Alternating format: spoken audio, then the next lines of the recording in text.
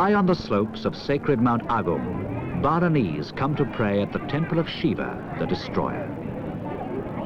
Devoutly religious and with a faith unique in the world, they carry offerings for the gods.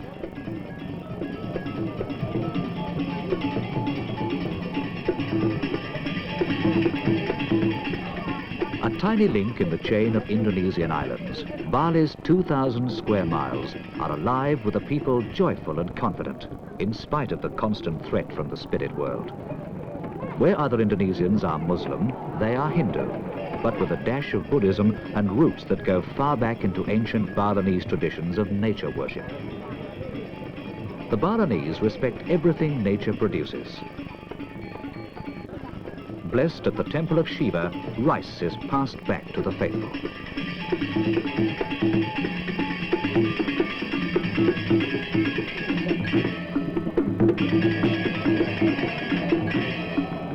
If the spirits inhabit a grim world, the Balinese do not.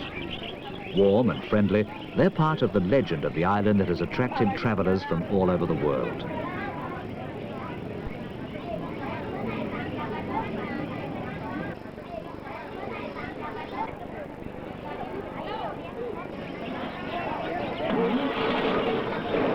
So much has been written about Bali in words of glowing praise that some must wonder if all of it can be true. Only by going there can one decide for oneself.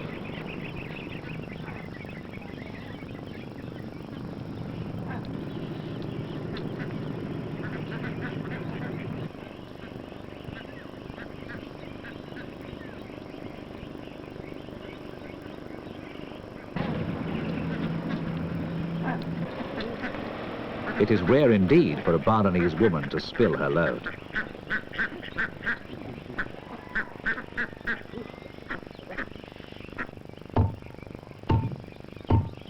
Even in their household chores, Balinese women display an ease emotion that would be accepted with pride by any dancer. Many of them, in fact, are dancers, skilled in the intricacies of the Balinese ballet, and transmitting some of its fluid motion into such a humdrum task as pounding rice.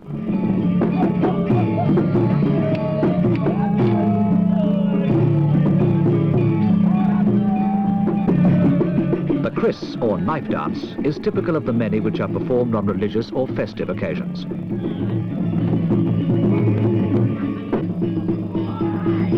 Here, men who are soldiers of the legendary barong figure display their indifference to the powers of witchcraft by the symbolic use of vicious blades.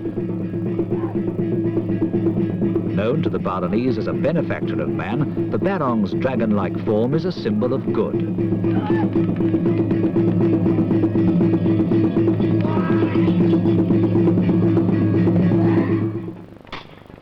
In dancing, or carving, or anything they do, the Balinese are guided by the traditions of their religion.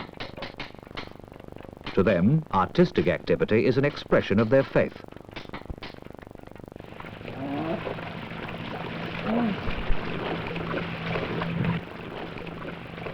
Most Balinese spend their time working the land, as it's always been done. The majority of the people are farmers who devote their leisure hours to artistic and creative activity of a very high standard.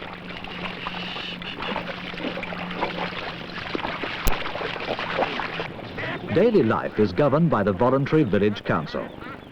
An institution that has existed for longer than anyone can remember, it participates in activities that stretch from the arranging of marriages and the upkeep of temples to the organization of religious festivals and the irrigation of the rice fields.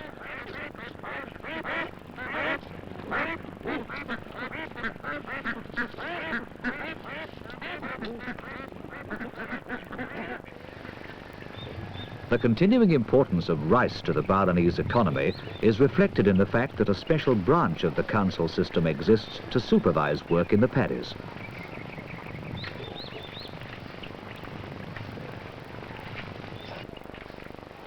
But the Balinese know this would be for nothing if the gods were against them. On the harvested sheaves, they place a floral tribute to the revered goddess of rice.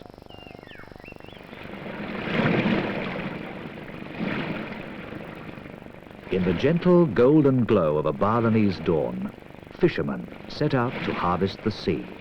The men work under a sky that has never known the threat of air pollution, and beneath a sun whose rays provide gentle warmth for their brown skin.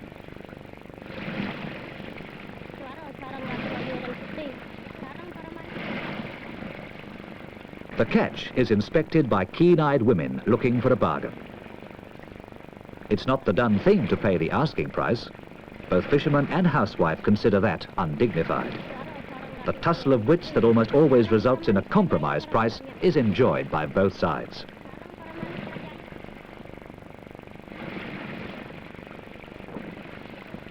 This ancient method of spinning cotton is common to Bali, as it is to many nations scattered across the globe from India to South America.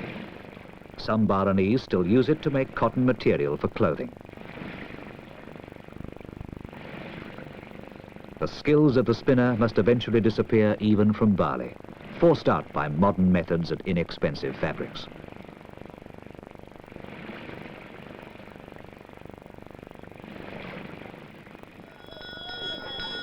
The young fellows who sell ice cream and soft drinks at the markets in Denpasar are the only males in a woman's world.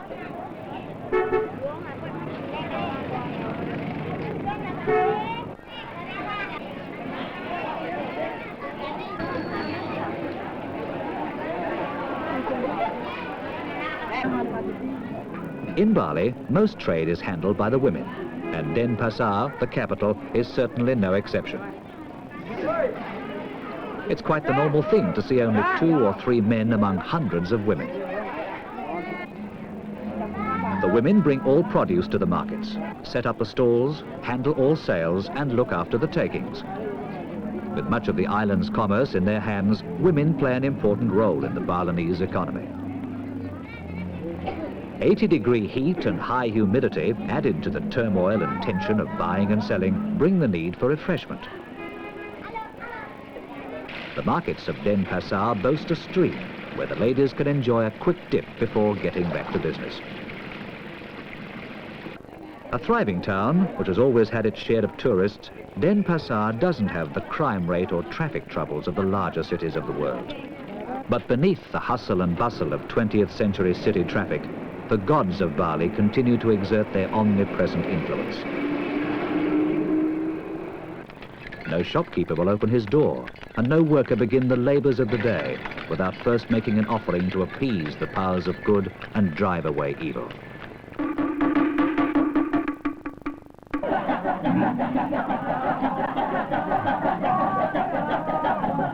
The monkey dance, perhaps the most dramatic and famous in the Balinese repertoire.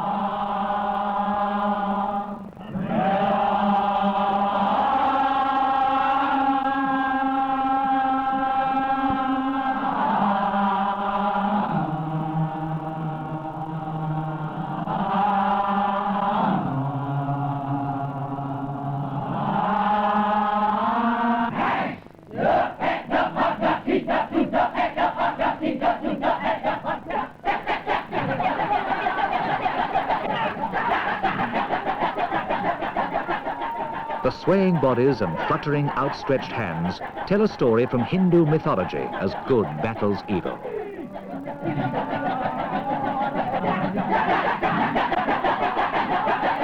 In keeping with the nature of the people of this land, there's a happy ending, as good defeats evil once again.